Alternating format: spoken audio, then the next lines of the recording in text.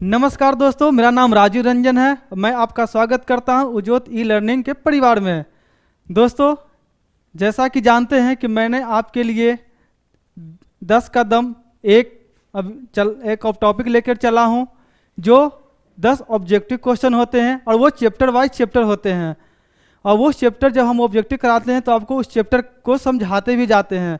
तो आप इस 10 कदम को देखना बिल्कुल भी ना भूलें, ठीक है दोस्तों। और ये जो चैप्टर आपका जो दिया गया है, 10 क्वेश्चन जो 10 डालते हैं हम लोग हैं, वो पूरे बुक का एक महत्वपूर्ण क्वेश्चन होते हैं जो बोर्ड में आने वाले होते हैं या बोर्ड में आ चुके होते हैं, ठीक है दोस्तों। तो हम लोग आगे बढ़ते हैं फ्यूचर के लिए कि जो अगर हम पढ़ कर जाते हैं तो कहीं एग्जाम में चला है तो वहाँ छूटना नहीं चाहिए, ठीक है दोस्तों। हम लोग कोशिश करते हैं कि आपको पूरा से पूरा कंटेंट दिया जाए, चाहे वो सब्जेक्टिव हो या ऑब्जेक्टिव हो। ओके दोस्तों, तो हम लोग आगे बढ़ते हैं और देखते हैं कि आज क्या आपके लिए लाए हैं 10 के दम में। क्योंकि ये जो क्वेश्चन जो होते हैं इनको बनाने में बहुत मेहनत लगता है। हाँ, सही बताते हैं। कंटेंट बनाना आसान है, ऑब्जेक्टिव सेलेक्ट करना, क्योंकि वो जो ऑब्जेक्टिव क्वेश्चन है सिर्फ पढ़ाना नहीं, एग्जाम में भी पर्पस से पढ़ा खोजते हैं, ठीक है। कि ऐसा उनके दिमाग में चलता होगा, उस तरह से बनाने का कोशिश रहता है हम लोग का भी, ठीक है।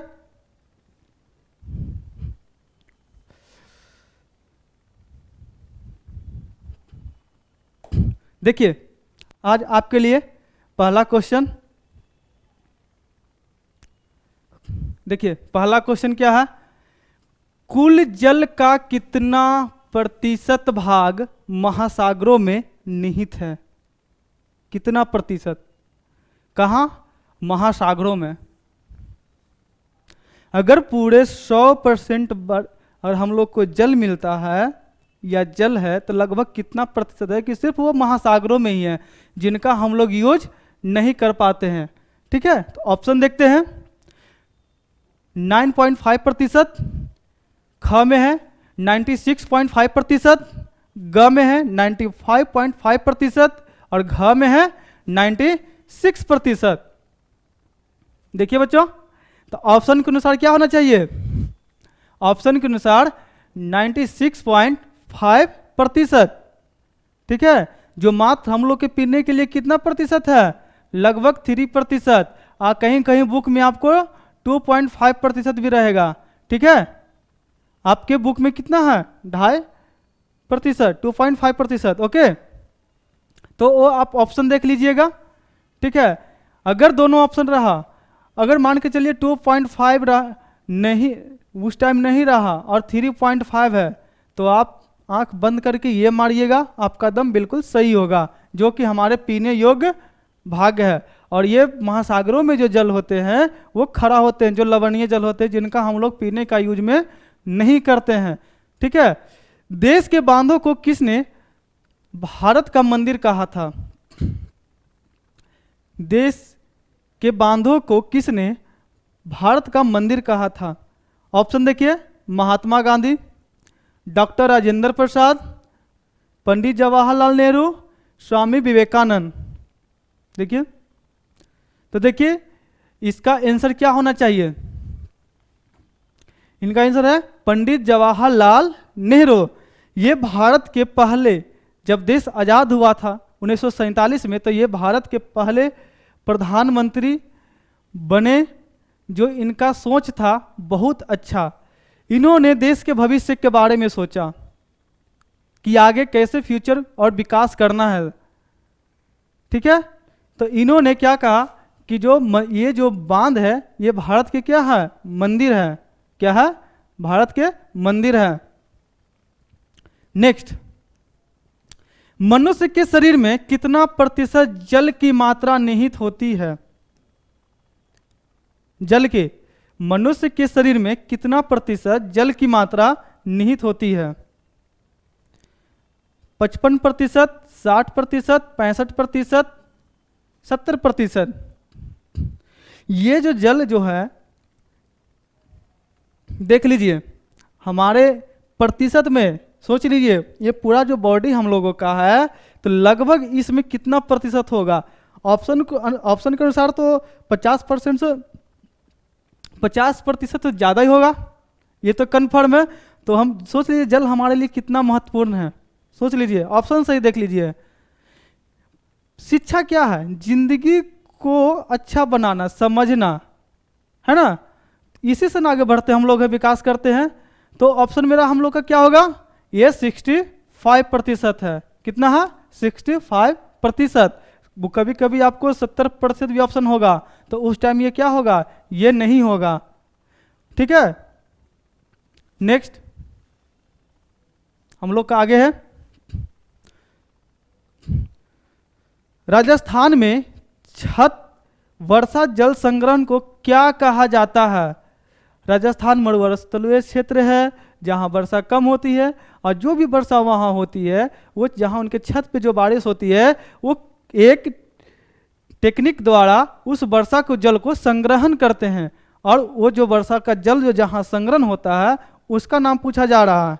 ठीक है, गुल, कुल, बाउकस, टाका, ये जो जहाँ जैसे हम लोग कुआं बोलते हैं, नीचे या तो ड्रम रख दिए पानी जमा कर देते हैं, है ना, तो उसी तरह का उसका ये नाम पूछा जा रहा है कि उसको क्या कहते हैं। तो उसको क्या बोलते हैं हम लोग? टका बोलते हैं। क्या बोलते हैं? टका बोला जाता है वहाँ का लोकल लैंग्वेज में। ठीक है, नेक्स्ट हम लोग आगे बढ़ते हैं। ये जो क्वेश्चन है ये बहुत इंपॉर्टेंट क्वेश्चन है और अच्छे भी हैं, इनको एक बार जरूर देखिए और खुद से बनाने का भी प्रयास कीजिए। नेक्स्ट 5वां, निम्नलिखित में से कौन सा पर्यावरणीय नुकसान बहुउद्देशीय परियोजना के कारण नहीं है? देखिए क्वेश्चन फिर समझ लीजिए, निम्नलिखित में से कौन सा पर्यावरणीय नुकसान बहुउद्देशीय परियोजनाओं के कारण नहीं है? मतलब कौन नहीं है? जो हम लोग बहुउद्देशीय परियोजना पढ़े थे तो कुछ लाभ भी होता है तो उनका कुछ नुकसान भी होता है, आपको हम पढ़ाई भी है, या जानते हैं किसी भी चीज़ का, कोई भी आपका वस्तु भी है तो किसी का लाभ होता है, वो लाभ भी देते हैं तो उनका कुछ नुकसान भी होता है कि नहीं होता है? तो वो कौन सा कारण नहीं है या कौन सा नुकसान नहीं हो सकता है जो पर्यावरण के बहुउद्देशीय के कारण? देखिए पहला, जल जनित बीमारियां और कीट। हम आपको पहले बताए थे कि जहाँ जल लंबे समय तक रहते हैं तो वहाँ ज़्यादा बीमारियां उत्पन्न हो जाती है, होती है ना। नेक्स्ट, भूकंप। क्या बहुउद्देशीय परियोजनाओं से भूकंप आने की संभावना होती है? बिल्कुल होती है, बिल्कुल होती है बहुउद्देशीय परियोजना भूकंप आने की संभावना। जल के अत्यधिक उत्पन्न प्रदूषण, मतलब जल प्रदूषण भी होते हैं, बिल्कुल होते हैं। ज्वालामुखी नहीं होते हैं। बहुउद्देशीय परियोजनाओं से के कारण नहीं होता, ये ज्वालामुखी नहीं आ सकता है।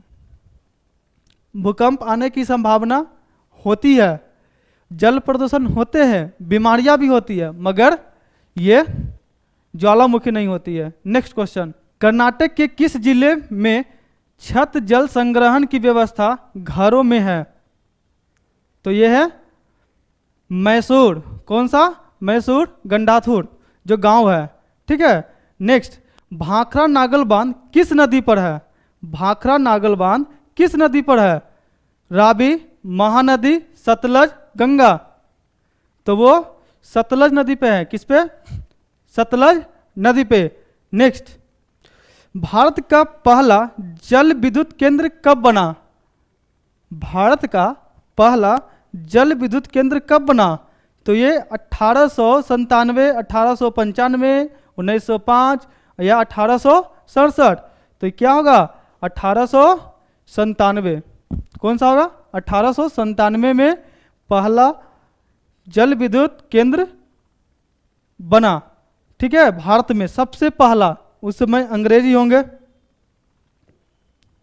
है ना, क्योंकि हमारा देश कब आजाद हुआ था? 1947 में। ठीक है, नेक्स्ट, बांस ड्रिप सिंचाई प्रणाली किस राज्य में अपनाई जाती है? बांस ड्रिप सिंचाई प्रणाली किस राज्य में अपनाई जाती है? त्रिपुरा, मेघालय, मिजोरम या नागालैंड? हम आपको बताए थे कि नॉर्थ ईस्ट का पार्ट है जहाँ सबसे ज़्यादा वर्षा भी होती है, मगर वहाँ पानी का भी थोड़ा प्रॉब्लम हो जाता है, तो वो बांस के माध्यम से क्या करते हैं, पानी को चढ़ाते हैं और नीचे उतारते हैं। ठीक है, तो कौन सा राज्य है वो? मेघालय है। जो हम आपको बताएं कि भारत में अगर सबसे या विश्व में सबसे ज़्यादा वर्षा कहाँ होती है, तो मेघालय राज्य में ही होती है ना। वो कौन सा राज्य, वो कौन सा स्थान है? तो मानसीराम। पहले चेरापूंजी था, अब क्या हो गया है? मानसीराम। ये चेंज होता रहता है डाटा। ठीक है, देखिए नेक्स्ट, दिल्ली में हौज खास का निर्माण किस सदी में हुआ था?